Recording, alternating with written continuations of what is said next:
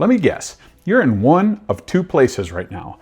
Either you're just going through the motions in a job that pays the bills but doesn't exactly light you up, or you have absolutely no clue what you want to do next.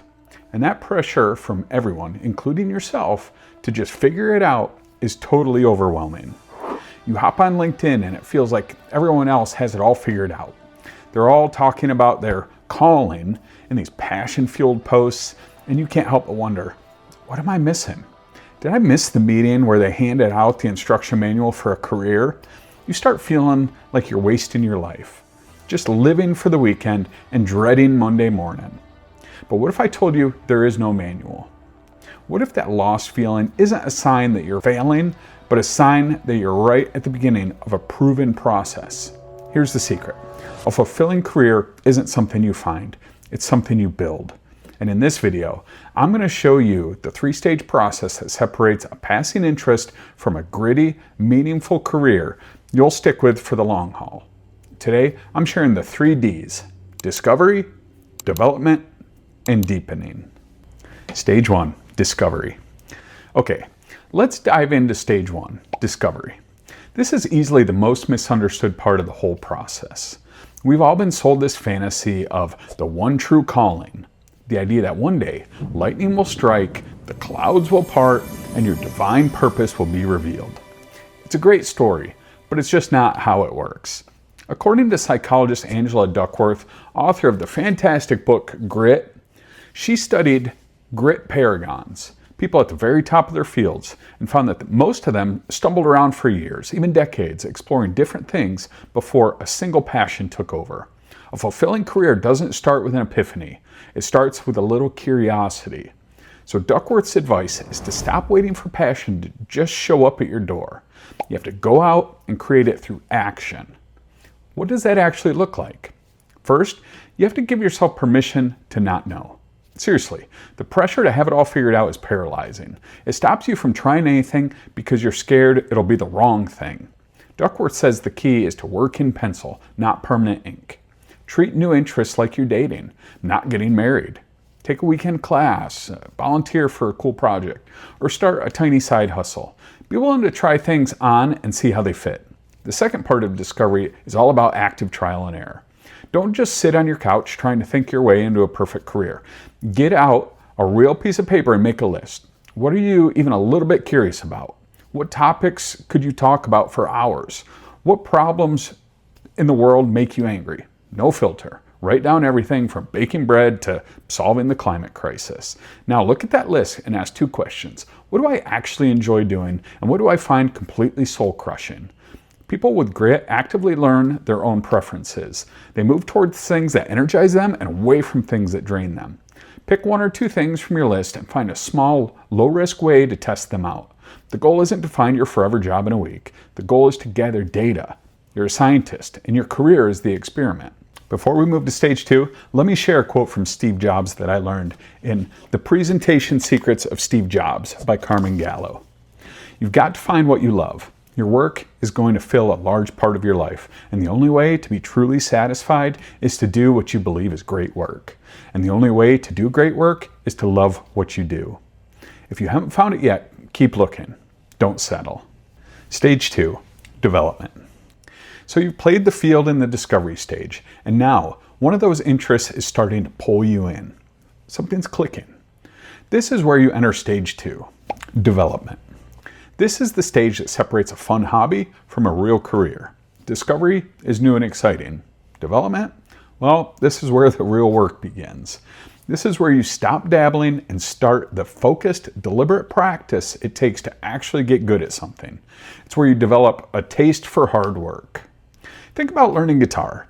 Discovery is picking it up, strumming a few chords, and feeling like a rock star. Development is sitting down for hours, practicing the same boring scales until your fingers are ready to bleed, and all you can play is a clumsy version of a nursery rhyme. It's frustrating, it's tedious, it's not glamorous at all. This right here is the great filter. Most people quit when it gets hard, but gritty people understand this struggle isn't a sign that they're on the wrong path. It's a mandatory part of the journey. Perseverance is what gets you through this stage. You have to be willing to push through the frustrating plateaus and keep showing up, especially on the days you don't feel like it. This part is so critical because it's where you build real skill, and skill is the ultimate currency in today's job market. You can be passionate about something, but if you're not good at it, you can't make it a career. The confidence you get from being genuinely competent is what turns a fleeting interest into a lasting source of fulfillment. When you find an interest that can survive this struggle, you know you're onto something. My name is Stephen Kofer. Thanks for stopping by. I'm excited about this channel because it helps people just like you build a better future. Watching this video is your first step in taking action instead of just dreaming about building success. Stage 3, deepening.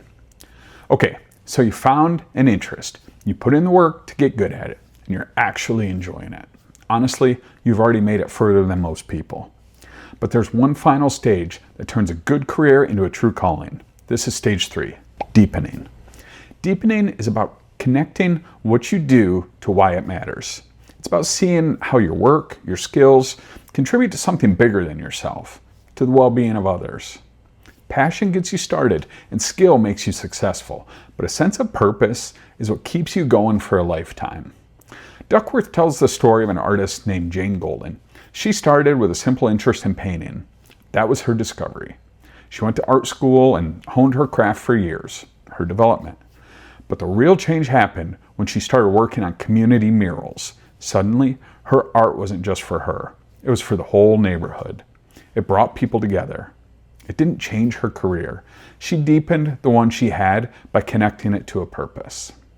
This is where the powerful idea of job crafting comes in. You don't always have to quit your job to find meaning. You can often find it right where you are by proactively reshaping your current role to fit your interests and values. For example, a software engineer who feels like they're just staring at code all day can reframe their work as building tools that help people connect.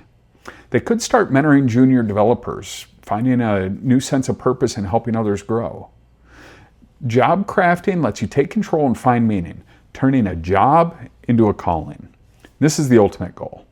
When your work is not just interesting to you, but is meaningful to others, it becomes incredibly resilient. Setbacks aren't failures anymore. They're just challenges on the way to a bigger mission. And that is the kind of work you don't quit. So there you have it. The 3 stages of building a career you won't quit. It all starts with discovery, where you give yourself permission to explore your curiosities and to work in pencil. Then comes development, where you put in the deliberate practice to build real, valuable skill. And finally, you reach deepening, where you connect your work to a larger purpose, turn it into a true calling. And please remember, this isn't a straight line. It's a cycle. You might be in the deepening stage for years and then discover a new curiosity that pulls you back into a mini discovery phase. That's not a setback, that's growth. The big takeaway is this: a fulfilling career is not some treasure you find. It's a garden you have to cultivate. It takes patience, exploration, and hard work. So stop pressuring yourself to have it all figured out. Instead, just focus on taking the next small step. Which stage are you in right now? Discovery, development, or deepening? Let me know down in the comments. Thanks for watching. If this video helped, give it a like and consider subscribing. Now go out there and start building. Are you ready to take this further? YouTube's algorithm is great at picking out videos you'll love, and it has selected this video especially for you. I'll see you there.